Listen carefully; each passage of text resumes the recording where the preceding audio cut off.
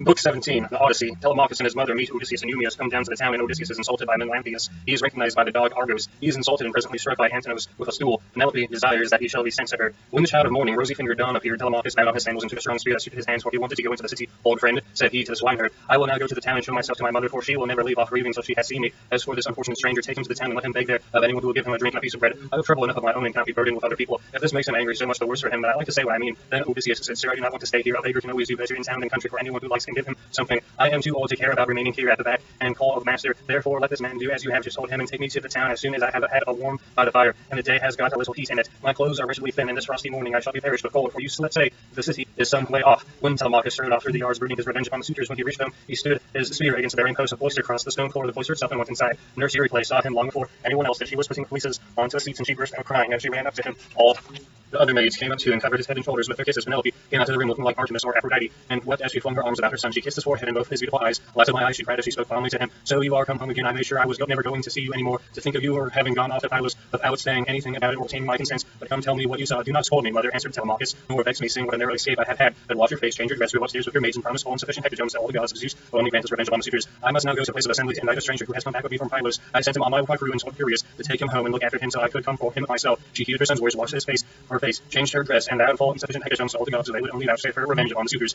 Telemachus went through and after the cloister, spear in hand, not alone, for his two fleet dogs went with him. Athena endowed him with a present of such a fine company they said all marvel at him as he went by, and the suitors gathered around him with fair words in their mouths and malice in their hearts. But he avoided them and went to sit with Mentor, Antiphus, and Helen, all the friends of his father's house, had made tell him they all had happened to him. Then Furious came up with Theoclynius, whom he had escorted through the town to the place of the assembly, whereon Telemachus at once joined them. Furious was first to speak. Telemachus, said he, I wish you would send some of your women to my house to take away the presents Menelaus gave you. We do not know, Furious answered Telemachus, what may happen. If the suitors kill me in my own town and divide my property among them, I would rather have the presents that any of those people should get hold of them. If on the other hand I manage to kill them, I shall be much obliged if you will kindly bring my presents. With these words he took Theoclynius to his own house. When they got there, they laid their cloaks on the benches and seats, went into the baths and washed themselves. When the maids had washed and anointed them, and had given them cloaks and shirts, they took their seats at table. A maidservant then brought them water and a beautiful golden ewer, and poured it into the silver basin for them to wash their hands, and she drew a clean table beside them. And other servants brought them bread and offered them many good things of what they was in the house. Opposite them sat Penelope, reclining on a couch by one of the bearing posts of the cloister and spinning. Then they laid their hands on the good things that were before them, and as soon as they had enough to eat and drink, Penelope said, Telemachus, I shall go upstairs and lie down on that sad couch, which I have not ceased to water with my tears from the day Odysseus set out for Troy, the sons of Atreus. You failed, however, to make it clear to me before the suitors came back to the house whether or no you had been able to keep anything about the return of your father.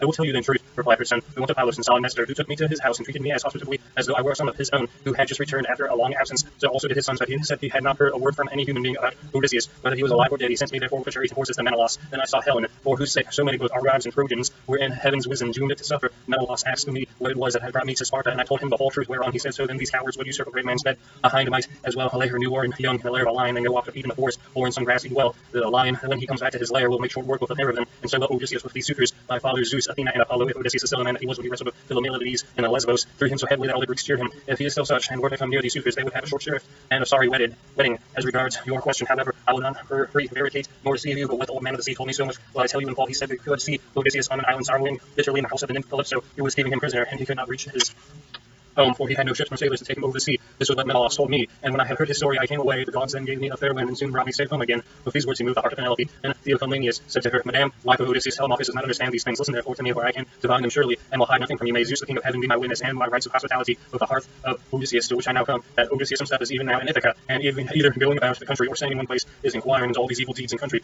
preparing a day of reckoning for the suitors. I saw an omen when I was on the ship which meant this, and I told Telemachus about it. May it be even so, answered Penelope. If your words come true, you shall have such gifts and such goodwill from me that all whom see you shall congratulate you. Thus did they converse. Meanwhile, the suitors were throwing discs or aiming with spears at a mark on the level ground in front of the house, and behaving with all their old insolence. When it was now time for dinner, and the flock of sheep and goats had come to the town from all the country round, with the shepherds as usual, then Medon, who was their favorite servant, and who waited upon the table, said, Now then, my young masters, you have had enough sport, so come inside that we may get dinner ready. Dinner is not a bad thing at dinner time. They left their sports as he told them, and then when they were within the house, they laid their cloaks on the benches and seats inside, and then sacrificed some sheep, goats, pigs, and a heifer, all of them fat, well grown. Thus they made ready for their meal. In the meantime, Odysseus and the swineherd were about starting for the town. The swineherd said, Stranger, I suppose you still want to go to town today, as my master said you were to do. For my own part, I should have liked you to stay here as a station hand, that I must do as my master tells me, or he will scold me later on, and assaulting from one's master is a very serious thing. Let us then be off, for it is now broad day. It will be night again directly, then you will find it colder. I know and understand you, replied Odysseus. You need say no more, let us be going, but if you have strict already cut, let me have it to walk with, for you say the road is a very rough one. As he spoke, he threw his shabby old tattered wallet over his shoulders by the cord from which it hung, and Eumaeus gave him the stake to his liking. The two then started, leaving the station in charge of the dog swordsman, who remained behind. The swineherd led the way, and his master followed,